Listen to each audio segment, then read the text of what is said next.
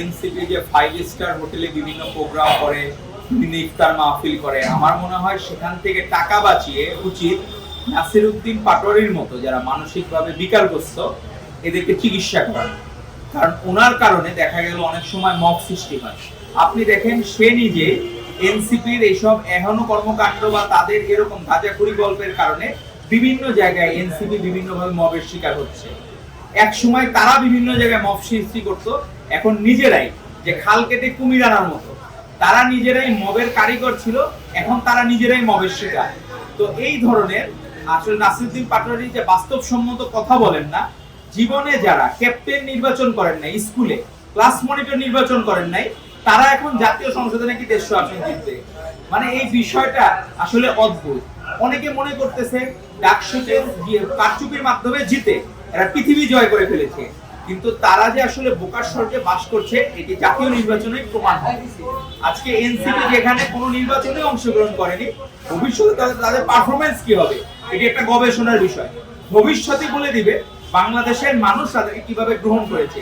তবে তাদের এই উস্কানিমূলক কথাবার্তার কারণে বিভিন্ন জায়গায় কিন্তু মব সৃষ্টি হয়। তো আমার উচিত তারা নিজেরা পারস্পরিক শ্রদ্ধাবোধের জায়গাটা ঠিক রাখবে। একজন দেখলাম প্রোগ্রামে গিয়ে বলতেছে টক শোতে যে আমার কাছে হিসাব আছে যে বিএনপি 50টা আসন পাবে, এরা হচ্ছে 250 আসন পাবে, এরকম নাকি বন্টন আছে। তো আমার মনে হয় তাদের আসলে মানসিক চিকিৎসা করানো দরকার। কারণ বাংলাদেশের এখনো সবচেয়ে জনপ্রিয় দল বাংলাদেশ জাতীয়তাবাদী দল বিএনপি। তো এই ধরনের টক শো বিভিন্ন জায়গায় পাবলিক প্লেসে আমরা কখনো তো বলি নেই যে আমরা 300 আসনই পাবো। আমাদের পারস্পরিক শ্রদ্ধাবোধের জায়গা আমরা সবসময় ঠিক রাখি। বাংলাদেশ জাতীয়তাবাদী দল বিএনপির সবচেয়ে জনপ্রিয় দল, বাংলাদেশের সবচেয়ে জনপ্রিয় দল হচ্ছে বাংলাদেশ জাতীয়তাবাদী দল, আর সবচেয়ে জনপ্রিয় নেত্রী হচ্ছে আপসহীন দেশনেত্রী বেগম খালেদা জিয়া, আর নেতা হচ্ছেন আমাদের ভারপ্রাপ্ত চেয়ারম্যান জনাব তারেক রহমান। ওনারাও কখনো বলেন নাই যে আমরা 300 আসনে বিজয়ী হব। কারণ আমরা মানুষের ভোট মন জয়ের জন্য, মানুষের ভোট মানুষ যাতে স্বেচ্ছায় ভালোবেসে যাতে আমাদের ভোট দেয় সেটার জন্য আমরা চেষ্টা করি। আমাদের এইসব কাজাখুরি গল্প করারও সময় নেই। আমরা যেমন এই যে ছাত্রদল 38টা টিম সারা বাংলাদেশে ছড়িয়ে পড়েছে, আমরা কাজ শুরু করেছি।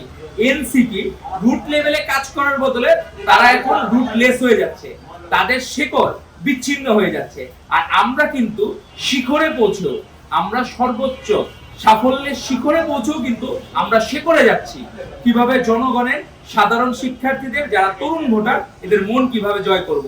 কারণ আমরা সব সময় জনগণমুখী দল, আমরা সব সময় বাংলাদেশমুখী দল, আমাদের এর বাইরে আর কোনো অস্তিত্ব নাই। তো নাসিরউদ্দিন পাটোয়ারির মতো যারা এইরকম গাঁজাখুরি গল্প করে তাদের মানসিক চিকিৎসা করানোর জন্য দাবি জানাচ্ছি এনসিপির কাছে যে তারা যাতে দ্রুত তাদের মানসিক চিকিৎসাগুলো করায়। আর তারা এসব ফাপড় বা বিভিন্ন কথাবার্তা না বলে, আমরা তো দেখলাম না রুট লেভেলে কেউ একটা কাজ করতেছে, তাদের সংগঠনের জন্য তারা কাজ করছে।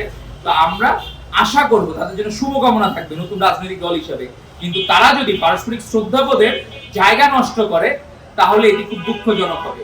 কারণ 24-এর গণ অভ্যুত্থানের পরবর্তী সময় আমরা চাই না যে আমাদের এই বন্ডিংসটা কোনো কারণে নষ্ট হোক। কারণ 24-এর গণ অভ্যুত্থানের আগে অনেকে লিড করতো, অন্য সংগঠন করতো, কিন্তু সেখান থেকে তারা নিজেদের ভুল বুঝতে পেরে তারা কিন্তু হাসিনা বিরোধী আন্দোলনে শরিক হয়েছে।